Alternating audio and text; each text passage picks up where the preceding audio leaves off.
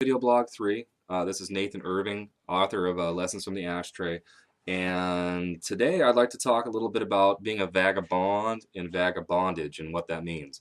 Well, a little bit more about me. I haven't lived in one state for more than a year in the past 11 years. And with that lifestyle comes a lot of self-induced pain and suffering, and also comes a lot of intense joys and unpredictable pleasures.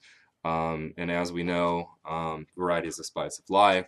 Sometimes you don't know what you're capable of unless you push yourself to the limits. I think it was Dostoevsky who said, without suffering, we wouldn't know our limitations or ourselves. So I'm a pretty firm adherent of that philosophy.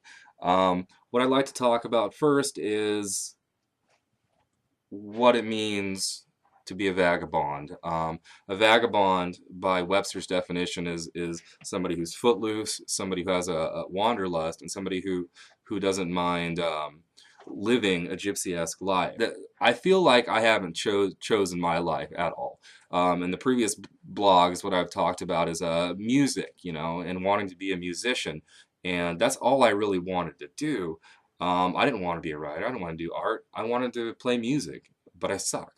So I guess we're all cursed in some way with our lot in life. But I am very grateful to have what talents I do, and I do consider being a vagabond something of a talent, and not so much the act of vagabonding of traveling, but the act of having the tenacity, even the audacity to do what a vagabond does, which is to basically minimalize his life to where he can fit it all in the back of his car. And I'd lived that way for a long time. I lived in places like New York City. I lived in northern Minnesota. I lived in Guilford, Connecticut. I lived Washington, Idaho, California. You throw everything in the back of my car after a night of heavy drinking and just ending up in Elko, Nevada after leaving Grants Pass and sobering up somewhere in the desert just to be like, how the hell did I get here? And I mean, I'm smiling because it's really a lot of fun, but it's a good way to toss friendships into the wind. Everybody I meet, hopefully I rub off on, albeit in a good way or a bad way. I believe everybody burns at a certain temperature, and I'm not saying it's a good thing to burn as hot as I burn. I'm saying that what I've learned to me in my life has been absolutely invaluable.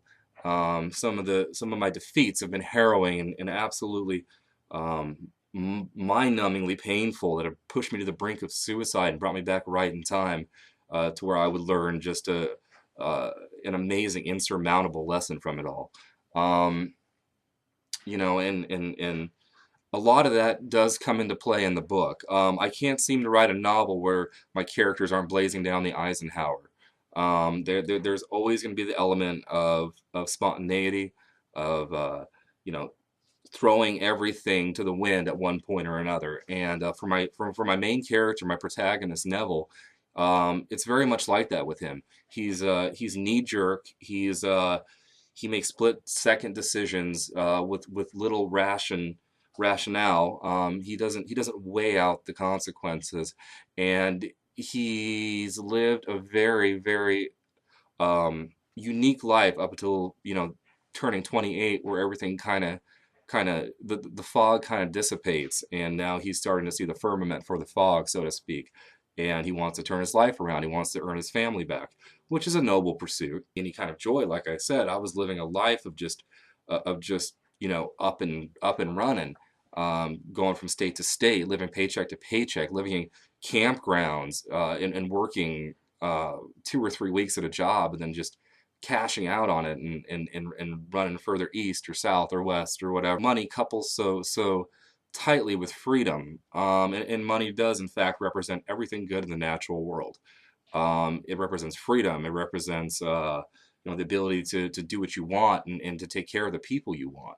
And to say that I've never wanted money that's an absolute lie. Money would allow me to provide for the ones I care about, and also pick up and go whenever I wanted to go and bring them with me. So I think a lot of the reason that I shake my fist at my past and I look back and I'm like, well, I have a lot of regret for what I've done because it's hurt other people, and the only reason it's hurt other people is because I haven't had the monetary dexterity to take them with me, or to provide when I needed to provide. And now this might be getting really really personal, which as we discussed, as I had my indignations about in the first blog, that the accessibility of the artist to the connoisseur, the consumer, the dilettante is something that's frightening. And being somebody like me, I live in terror every day of being understood. It gets confusing too. Now, I always used to say about my hometown, it's like a it's like a graveyard with stoplights, and that's not fair to my hometown. Because last time I went there, I wanted nothing more than to move back and to quell bad blood and to make new friends, and but that was 7 years ago, so I haven't been home in a long time. Um, and home's another concept that's kind of hard for me to define within myself, and figure out what my definition of home is. Um, some people say home is where the heart is. Home is where you choose it to be. Home is where your family is, and the majority of your friends. Um, but for some of us, there's this unquenchable thing, and it's something that you really have to cast your line out to see if the waters are murky or if they're abundant with life. And for me, it's been abundant. I First road trip I ever took, I was just turned 18. I ran away with my girlfriend, who was actually just turned 16, and we went off to Canada because she had abusive parents, and it wasn't so much chivalry as it was a crusade for me and an excuse to consecrate the plan I had in mind, which was I was going to leave. I didn't even stay for my graduation. I wanted to be free of my parents. I wanted to be free of fiscal responsibility. I didn't want it anymore. I didn't want anything. I wanted to be free, and I wanted to leave and carve my own path, so to speak. So she came with me though, and we ended up in Canada, and it's still a romantic story, for me to this day, but it hurt a lot of people what I did, and I can't apologize for what I did because it felt right, and still, I mean, I was young and I felt like, fuck regret, just do what causes it, deal with that when the time comes.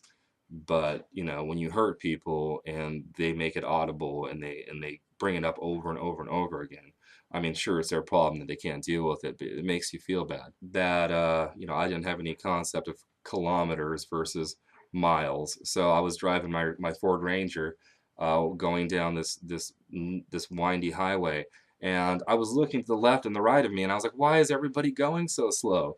I was like, it's like 85. I'm like, balls to the walls. So we were cruising 85 miles an hour, and we thought we were safe in Canada because she was underage, right? So we thought we were safe in Canada. Lo and behold, lights, the cherries and the blueberries light up in the rear view, and we're pulled over by this Dudley Do-Right Mountie guy, and he socks it to us, and in my mind, I was like, well, they're not going to connect the fact that she's a runaway from California, and I'm aiding and abetting her. We're just going to get a ticket and maybe get kicked out of the country. I don't know, but computers, technology, things I always choose to be ignorant of their very existence, were in fact a very real thing. So we ended up, she got taken away. I was escorted out of the country. We were taken to the border crossing that led down to Colville in Spokane.